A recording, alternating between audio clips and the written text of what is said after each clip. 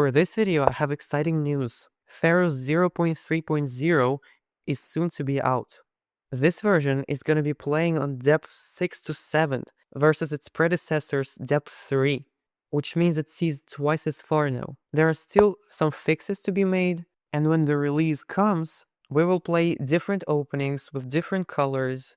Maybe I'm gonna pair it against some bots. But today I'm reviewing the testing game, and if you're interested, in this game, I finally played black pieces against Ferrous with white.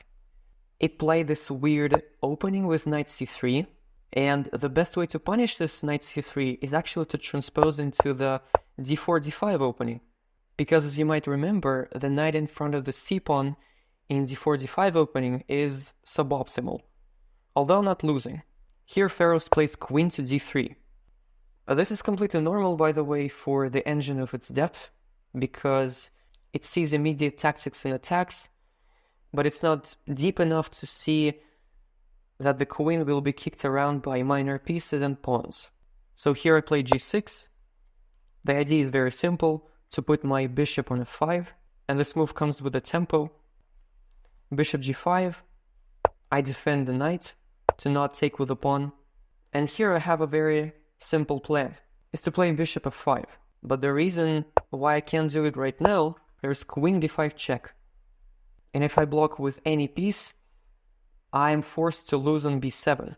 So I might get myself in a bit of trouble. Instead, I decided to prepare the move bishop f5 by playing c6 first, so that queen b5 check is not available. And Ferrous actually plays directly into my plan. It plays queen b5 check. I logically block with c6. You never want to give checks like this. The queen goes back to d3, and now I play bishop f5. Moves comes with a tempo. Here the best move is queen d2, guarding the pawn. Ferrous, although, blunders the pawn. I don't know why it does that, probably didn't like something about knight e4. I'm not sure though. Here I tried to see if there's something wrong with bishop takes c2. I didn't find anything. At first I thought that after bishop takes c2 there might be e4, then I take with a knight, and then she moves the queen to g4 and my bishop is stuck there. But it doesn't work like this, because I would just take either the bishop or the knight, and even if my bishop was under attack, white can just not physically take two pieces at the same time. So I logically captured on c2, rook c1, and I just come back. I want a clean pawn here. That's already not a great sign, but obviously the game is still going on. The bishop takes on f6. I recapture the bishop because it was the entire plan of putting my bishop on g7. Now e3, I castle, and knight f3. Two very logical moves. First I thought maybe queen b6 to attack the pawn, and if he defends I play c5. But then I was like, I haven't finished my development yet, so why don't I play knight d7? Queen f4, and here initially I wanted to play queen b7 to have ideas of c5, but then I asked myself why Ferrous put his queen on f4. So here I asked this question, and I saw that Ferrous had this idea of g4. It's not like it's a scary move or something, but I thought if I played bishop e6, my position would be a little cramped. So at first I thought maybe knight b6, to then come back with a bishop to d7, but I concluded it was even more passive. Then I had this idea of rook e8 to try to meet g4 with e5, but then I saw that he just has queen g3, or taking first and then queen g3, and then two bishops would be hanging at the same time, and I didn't really do myself any favor with that. So I decided to refrain from rook e8, and instead I play this move of bishop g7. And the idea of this move is to free the f6 square for the pawn or the knight, or potentially have a possibility of playing f5. g4 happens, and I play bishop e6. This is the only move. Now Ferrous plays bishop d3, and when I was playing this game I was like, wait a second. This same engine used to lose to me in 20 moves, and now it's move 14, and I'm not winning it in 6 moves. Moreover, I used to be the one who was attacking, and Ferrous was always on the defensive side, and now it's vice versa. This is a very good sign. So I decided to get a little bit more aggressive with queen b6, And here, Ferrous plays a move that I thought wasn't possible. Knight g5. On the surface, it looks like a normal move, and I feel like most of you, especially in the blitz game, would just see a free pawn and take it. And I don't blame you. But there's an even stronger move, which you can see if you see the queen and the knight on the same diagonal and ask yourself, if I play bishop h6, where is the knight or the queen going? And if you look into the position, you will conclude that the answer is nowhere, because now the threat is f6 and you will be winning the knight. Still, it's not that simple because I overlooked something, which is this move h4. I looked at it briefly and I thought that I still play f6 and white cannot do anything with the knight. I can play rook g1 and I win the knight. However, here, white has this incredible move queen h2, and if I take the knight, white just takes back. And suddenly I'm in trouble, because if I move the bishop back, queen takes h7 is mate in 2. If I take the pawn, it's mate in 1. And here black has to find the only combination, which is queen takes b2, rook c2, queen a1 check, knight d1, bishop takes g4, only move. And after white defends somehow, for example, king d2, I have to play bishop f3. And then after queen takes h6, I take the rook. But this is still a draw despite the material advantage. But only if white finds the only move. And it's not queen takes h1. It's bishop takes g6. This is checkmate. Rook f7 loses. Knight f6 loses. So I have to take the bishop. And when white takes on g6, that's a perpetual check. That's the best white can get. If white tries to escape with the queen, I play bishop f3. And queen f1 doesn't save you. Because I have a few moves here. One of them is king to g7, avoiding a check. And now when rook to c1, I play queen takes a2. And when rook to c2, I play queen a5.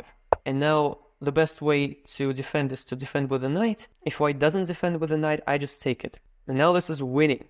And honestly, I didn't see this combination from here. I included it here for some drama. And honestly, Ferrous didn't see it either, because after bishop h6, it just castled. Now I play f6 and I win the knight with no repercussions. However, Ferrous tries to complicate the position and plays knight a4. And at the first glance, there's no problem with that move. I can just play queen b4, queen a5. I play queen b4, and Ferrous here does something interesting in the first glance, which is a3. This move just gives away the knight, but the genius part of this is when I take the knight, queen c7. And this move actually threatens b7. Because the queen was distracted from the defense. I can obviously just play something like rook b8 or rook c7, but I decide to create some counterplay as well, so I play bishop takes g4. And make no mistake, this is completely winning for black, but the game is still to be played. So queen takes b7, I can obviously just play rook c8 to defend the pawn, but I decide to create some counterplay and play bishop takes g4. And here, instead of taking my pawn right away, which would lead to either a queen trade or the rook infiltrating into my position, Ferrous plays b3. And this is another incredible move because the only two safe squares for the queen is a3 or a5.